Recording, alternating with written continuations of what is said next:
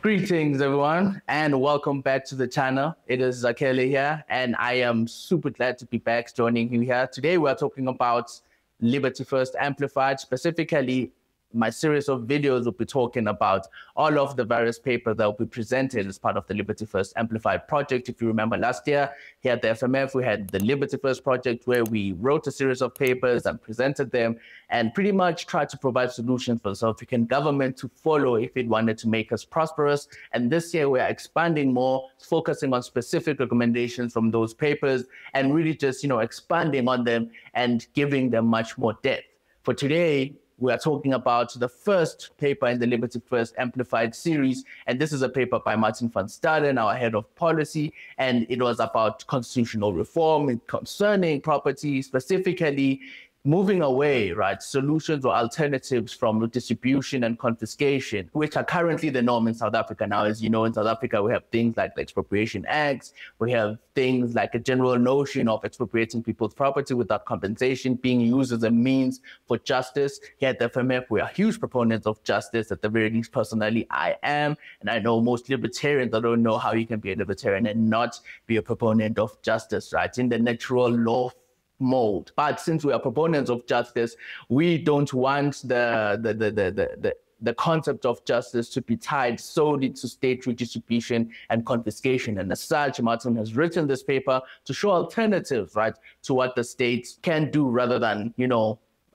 expropriating people's property without compensating them. Firstly, really, one of the first things that the state should do would be to repeal the Expropriation Act, The Expropriation Act allows for the state to compensate one's property and pay nil compensation, which is effectively zero, irrespective of the technical argument one can raise about nil being a number in accounting, but in substance, in actual substantive form, if one is paid nil compensation, they're unpaid any form of compensation for the expropriation of their property, and that is a huge injustice when done by the state or when done by anyone, really, when done by anyone, and it's called theft, of course. But when done by the state, it is called expropriation with nil compensation. And as part of the first recommendations in Martin's paper, really, is that the state should repeal this act so as to, make the security of private property rights in South Africa, which are pretty insecure, and I think you can see this reflected in our growth rates and our general investment rates and even domestic investment. South Africans don't even feel comfortable investing in their own country given the uncertainty that is created by the state. And one way to help remedy that would be to just repeal the legislation, or specifically repeal the section that allows the state to take people's property without compensating them. Another alternative, since access to property, it is something that, is motivated, the motivating factor behind the expropriation without compensation conversation. Another solution that is provided by the paper in the Liberty First Amplified project is that provincial legislatures, the legislature itself in Cape Town, should do their utmost best to make it as easy as possible for people to access property. That means lowering, things like transfer duties and transfer fees for certain forms of property, or all forms of property, really, so that people who would otherwise not be able to access certain forms of property due to the cost of transferring those properties either from themselves or alienating said property can now do so with one less barrier. And I think this is a pretty easy grab for the state if it was serious about enabling access to citizens towards property. Another solution is, something that is, I'm sure, pretty close to most regular watchers of the Free Market Foundation YouTube channel, and that is the elimination of capital gains tax, The state should eliminate capital gains tax, because capital gains tax means that if someone is sitting on land that keeps on accumulating in value, even though they aren't being economically active on that land, I would argue that I can do whatever I want on my property, including staring at the sun for years and years. But even if that person is not economically active, they still have to pay, taxes on the accumulation of the value of that particular property. I have not even gotten to things like, stocks and, other forms of capital that attract capital gains tax. And one would argue that act as a means of, suppressing the financial growth of the people who hold those assets that attract capital gains tax. But since we are limiting it to property, really, I'm sure most people would associate it with landed property, although it is all forms of property that the Expropriation Act and capital gains tax applies to, though. We argue, well, the paper argues that capital gains tax should be eliminated, Parliament should scrap it altogether, and really try and find an alternative means to raise the revenue that was raised by capital gains tax. I am coming from it from a much more principled position that capital gains is unjust, and as such, really it should not be there. And for the purposes of, land justice, I would think that the state should not be trying to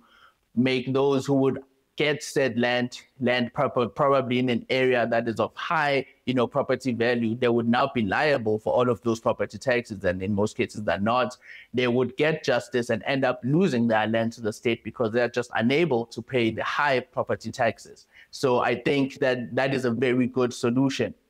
And another solution that is presented by the paper is Parliament should implement a housing voucher program that allows qualifying low-income South Africans to purchase, rent, or construct residential property in the open market. And this is a solution that I'm a huge fan of, right? Giving people, instead of centralizing the problem of housing, for lack of a better term, right, in the state, in the Department of Human Settlements, they are the ones responsible for identifying how many houses are needed, building said houses, giving out said tenders. There is this centralization of all of these things when instead South Africans themselves of low income, those in need of houses, those in all of those long RDP lists, and I know people personally who applied for the RDP houses way back in 2002, and they're still waiting on those lists, right?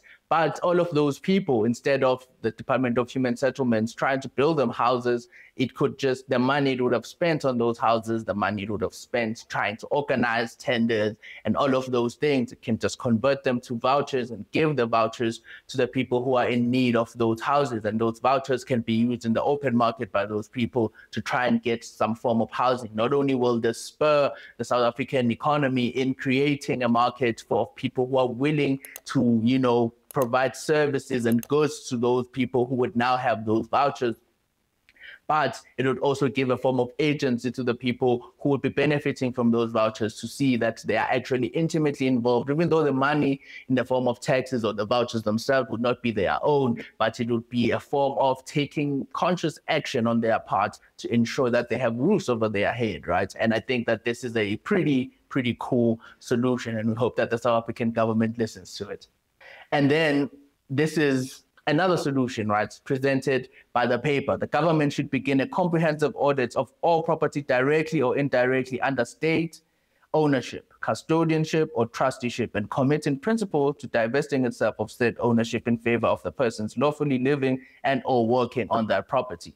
Now, as you know, as free marketeers, right, as libertarians, we are opposed to the general idea of state ownership of land. And as such, this solution is saying there's a large portion of the South African land that is owned by the state. And before you want to compensate, before you want to expropriate people's property without compensating them, right, maybe you should start by ensuring that the land that is owned by the state is transferred to the people who, at the very least, it belongs to originally. If the state is holding land illegally that belongs to someone else, or it is transferred to the people who live on said land, right? I think this would be one good way of ensuring, a property transfer, a property ownership transfer, one that would not centralize the state, one that would not have some individual or group of individuals in a state office deciding what happens to said land, but instead would give said land to the people who are currently residing in it. I think this is a pretty cool idea to deal with the issue of all of the large tracts of property that are owned by the state, right? Yet they have people living on them. Those people could be property owners, and most likely than not would then start the process of development in those areas. At the very least, starting with their own households, and then the state can join them maybe later on with things like including services and things like that. But property ownership, individual property ownership, and individual property ownership means familial ownership, because private property ownership really more than anything else. That is what is preferred to state ownership as a form of justice. And then another solution is the 1994 Restitution of Land Right Act makes provision for restitution, and as such, it should be retained. There are, however, certain changes that Parliament should make to South Africa's restitution law. And then these changes include that once restituted, that property falls out of any further consideration for land reform purposes. And then another one is a significant amount of money should be budgeted for the restitution process until claims completely dry up. And this is a very important one, right? There's already a mechanism for the restitution of land. And the restitution of land should not be thought of as a redistribution of land, because the redistribution of land assumes that the state would first hold the land and then redistribute it, as the name implies. But restitution means that giving the land back to the people who would originally would have owned it at this particular period in time, right? So the descendants of those who were dispossessed back in time. And part of those is that like the entire mechanism around that should be amended. The South African state should try. And firstly, I want for them to capacitate all thoughts that are involved with this, but specifically referring to the solutions provided in the paper, as it said that once a property has been subject to restitution, then it means that it should no longer be subject to restitution since it has already been vetted and the ownership of that property has already been ascertained, right? This would prevent certain properties or certain property owners being subject to constant forms of attack from the courts, which I think is something that is pretty reasonable, right? It is pretty reasonable. And then a significant amount of money should be budgeted for the restitution process until all claims dry up. And this is a very important one. The restitution process will necessitate a whole lot of money. The South African state, the one that the government that is currently running it, is pretty comfortable, right, with continuing it. It should be liable for the dispositions it did in the past. And if there are people who are paying taxes, those taxes should be used for these, I would like to consider, important purposes like this, because this is an issue of justice. And as such, there should be proper allocation on the part of National Treasury. If the government is serious about providing justice for these issues by giving said allocation or a bigger allocation of the national budget to the restitution process and making sure that each and every single claim that is brought before the land court, or that is brought before using this mechanism of restitution, is taken care of until we have not even a single claim. This should have been the mission of our government starting from 1994, and everything else should have came secondary, especially given the history of the South African state. And another solution is, in the legislation referred to above, in the context of titling, Parliament should include requirements that compel any executive institution that has acquired property as part of a land reform initiative to transfer that property in ownership to a civilian who demonstrably has no relation to any political figure within a period of 6 months. I think that one speaks for itself. It is pretty targeted, but it is meant to hedge against, certain land restitution benefiting those who are politically connected and such. If we have a mechanism to ensure that land that is transferred to someone who isn't politically connected. Of course, if someone who's politically connected has a just right to that land, I would assume that they would have a right claim to it. But if an executive institution, as this particular recommendation says, acquires that land, then it means that said land should go to a civilian that is not politically connected. And then Parliament should either repeal or amend the 1998 National Water Act, Mineral Resources Development Act, and the 2024 Upstream Petroleum Resources Development Act to divest itself of the role of owner, trustee, or custodian of South Africa's natural resources. This is pretty self-explanatory. The state should not be custodian of our natural resources. If I own the land that sits on top of gold, then that gold is mine. So with oil, so with water, so with everything. And that will be all concerning the alternatives to the issue of redistribution in the South African state. Generally, if you take anything away, it is that we are in favor of restitution instead of redistribution. Restitution is the way to go, and all our solutions are geared towards giving people actual ownership. When you have expropriation without compensation, particularly for with nil compensation, in this instance, you undermine the right to property. And property justice, by its very nature, needs the right to property to exist, so that the people who previously held that right can continue doing so.